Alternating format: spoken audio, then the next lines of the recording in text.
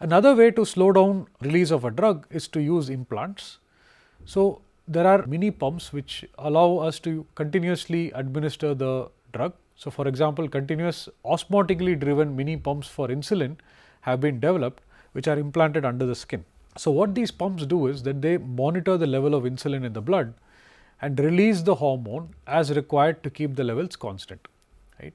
So, one of the major problems with diabetes is the high level of fluctuation in blood sugar and insulin. And so, this large fluctuations that are going to happen can be avoided. And when insulin is administered through regular injections, the levels goes up substantially very soon, and this is also a huge problem. Gliadel is a wafer that has been implanted into the brain to administer anti-cancer drugs directly to brain tumors, and these can be used to avoid the blood-brain barrier.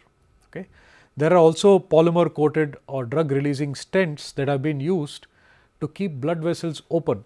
So, for example, when there is a procedure of angioplasty, the clot in the blood vessel has been cleared, and then after that what is sometimes done is to put a stent which has a drug coated on it. So, this will slowly release an anticoagulant, for example. Investigations are presently underway to use of implantable microchips which can detect chemical signals in the body and release drugs in response to these signals. So, these are on demand drug release type of situations. Now, let us discuss the topic of drug dosing. So, this is the amount of drug that needs to be given to a patient. Of course, we have looked at number of pharmacokinetic variables, and because of this large number, it is sometimes difficult to estimate the correct dose regimen for a drug. Now, how much of a drug to give, how often does one give it, all these are major issues. So, ideally, the blood levels of any drug should be constant and controlled, but this would require a continuous intravenous drip, which is clearly impractical for most drugs. So, drugs which we are commonly encountered or we are commonly used to are usually taken at regular intervals orally, and these are designed to keep the blood levels of the drug within a maximum and a minimum level. So, it cannot go too high, then what happens is that it can become toxic, and it cannot be too low either, which will make it ineffective.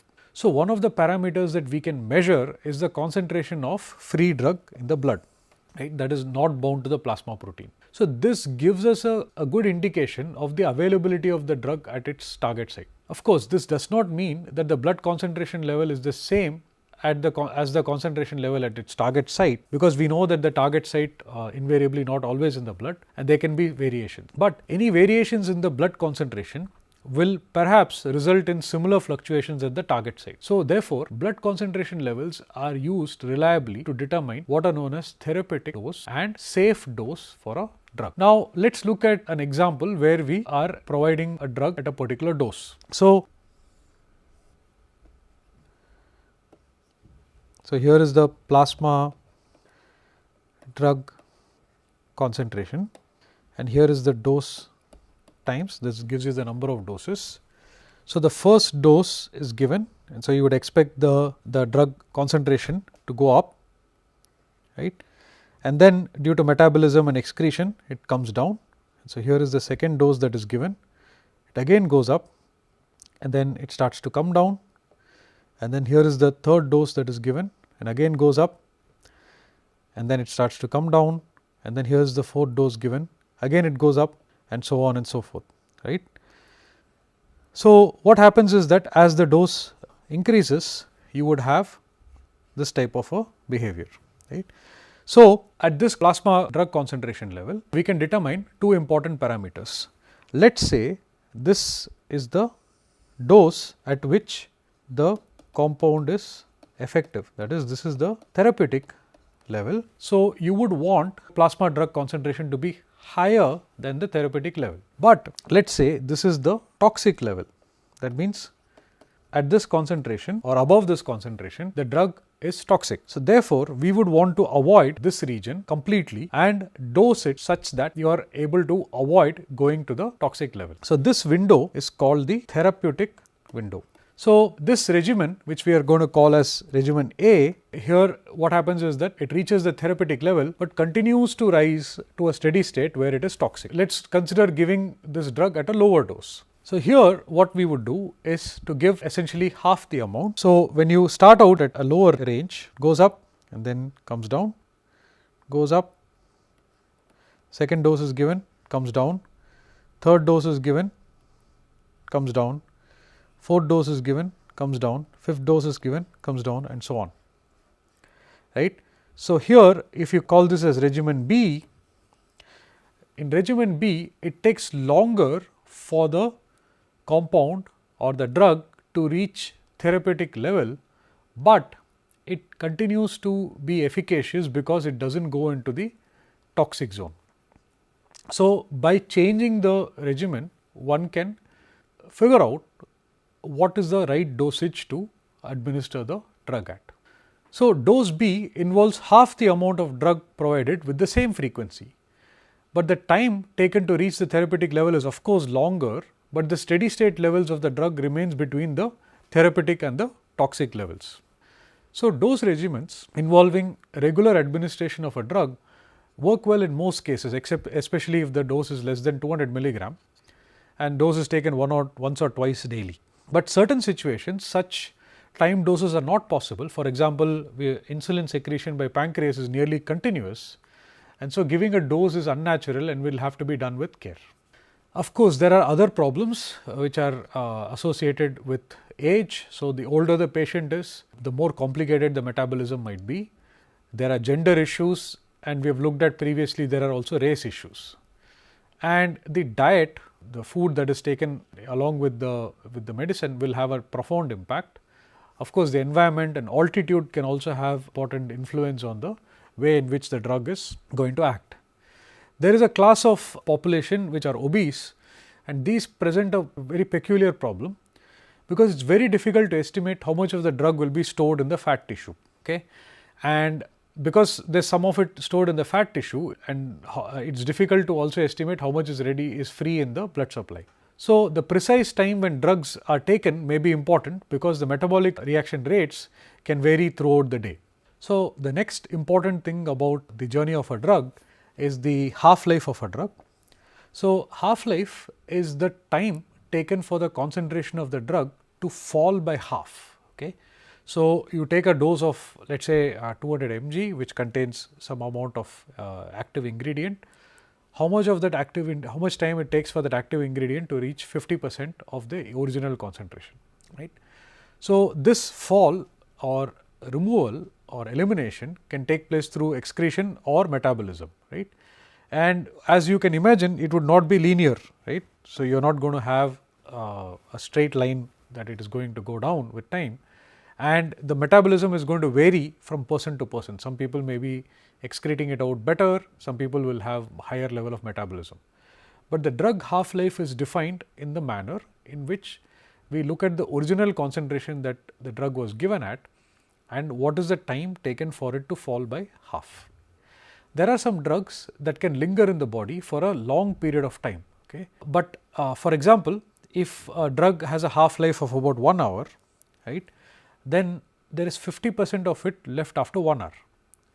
So, in a period of 2 hours, there is 25% of the original dose left, and in the period of 3 hours, 12.5% remains, and so on, right.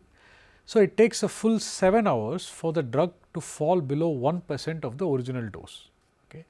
So, therefore, once a drug is administered, it can linger in the body for a pretty long time. There are some drugs which are analgesic, for example, the opioid analgesic fentanyl.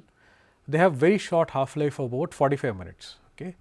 And whereas there are drugs like Valium which have a half-life measured in days. Okay.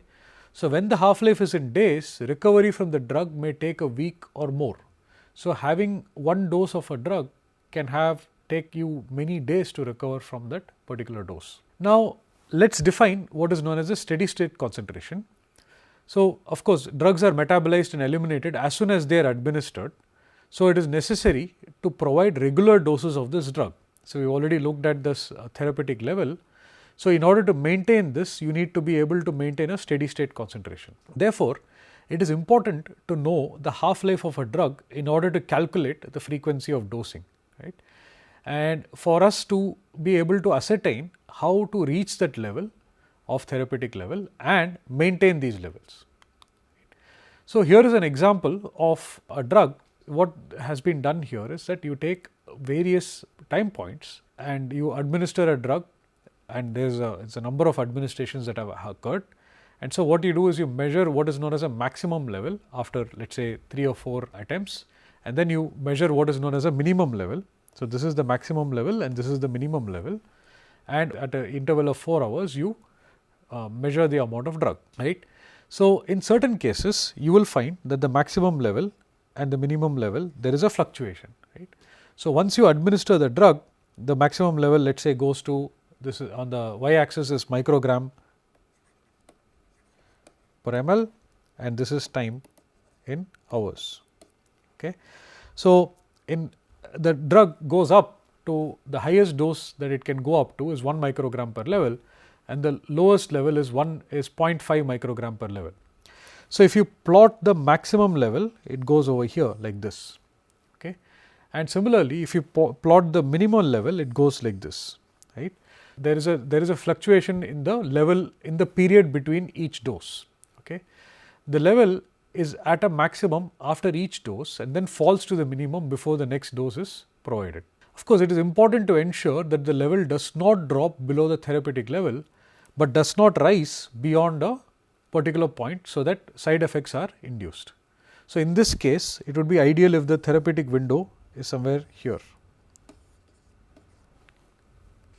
The time taken to reach steady state concentration is not dependent on the size of the dose, but the blood level achieved as the steady state is. Therefore, the levels of the drug present at steady state concentration depend on the size of each dose given as well as the frequency of dosing. Before a drug is actually released into the market, there are clinical trials that are conducted. So here blood samples are taken from patients at regular time intervals to determine the concentration of the drug in the blood. This helps us determine the proper dosing regime in order to get the ideal blood level. So you don't want the level to go up beyond the the toxic zone. At the same time, you don't want it to be too low that there is no therapeutic efficiency. So there's something called as the area under the plasma drug concentration, which is called as the AUC, which represents the total amount of drug that is available in the blood supply during the dosing regime. We'll look at this concept later in the course. There is a concept wherein people do not respond to the same dose of the drug, which is called as drug tolerance.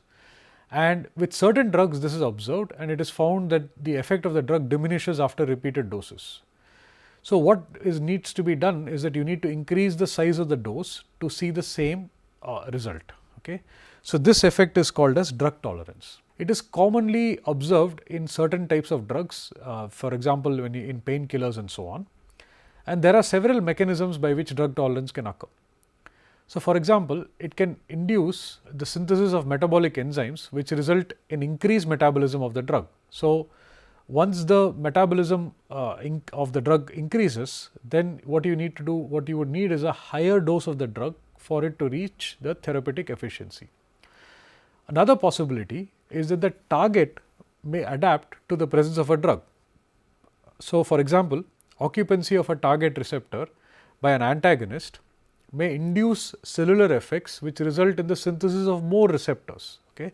So let's say you have a receptor on a surface on which you want to have an antagonist. Now instead of having 2 receptors, you may have 5 receptors that are produced, right. So this, what it does is that you need a larger dose of the drug to achieve the same effect, to antagonize. There is a concept called as physical dependence, which is associated with drug tolerance. So it is a state in which a patient becomes dependent on the drug in order to feel normal. Okay. So if you remove the drug, then there are lots of uncomfortable withdrawal symptoms. So you would have heard, for example, there are drug addicts who are extremely uneasy in the absence of the drug, right? And you would need to give the drug to the person for alleviating the symptoms. So these effects can in part be explained by drug tolerance. So for example, if the cells have synthesized more receptors to counteract the presence of an antagonist, now if you remove the antagonist, the cell has too many receptors. Okay. And so what happens is that this results in what is known as a kickback effect. That means there is a stronger effect now because the cells have become oversensitive to the normal neurotransmitter. Okay. And this is what produces the so-called withdrawal symptoms. this will happen for some time until those excess receptors have been broken down by normal cellular mechanisms, and then it restores normalcy.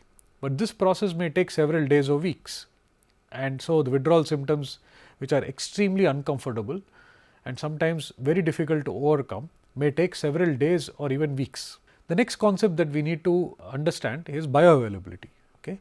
So, bioavailability refers to how quickly and how much of a particular drug reaches the blood supply. Right?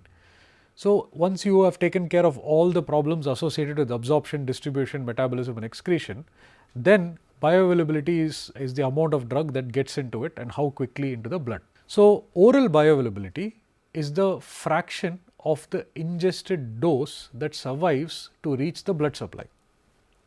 Right? So, let us say you take 100 microgram and only 5 microgram reaches, then the oral bioavailability is 5 divided by 100, and it is the fraction of the amount of drug that reaches the blood supply. This is a very important property when it comes to designing new drugs, and of course, it should also be considered very strongly along with pharmacodynamics, that is how effectively the drug interacts with its target. Another important concept in this part of the course is formulation.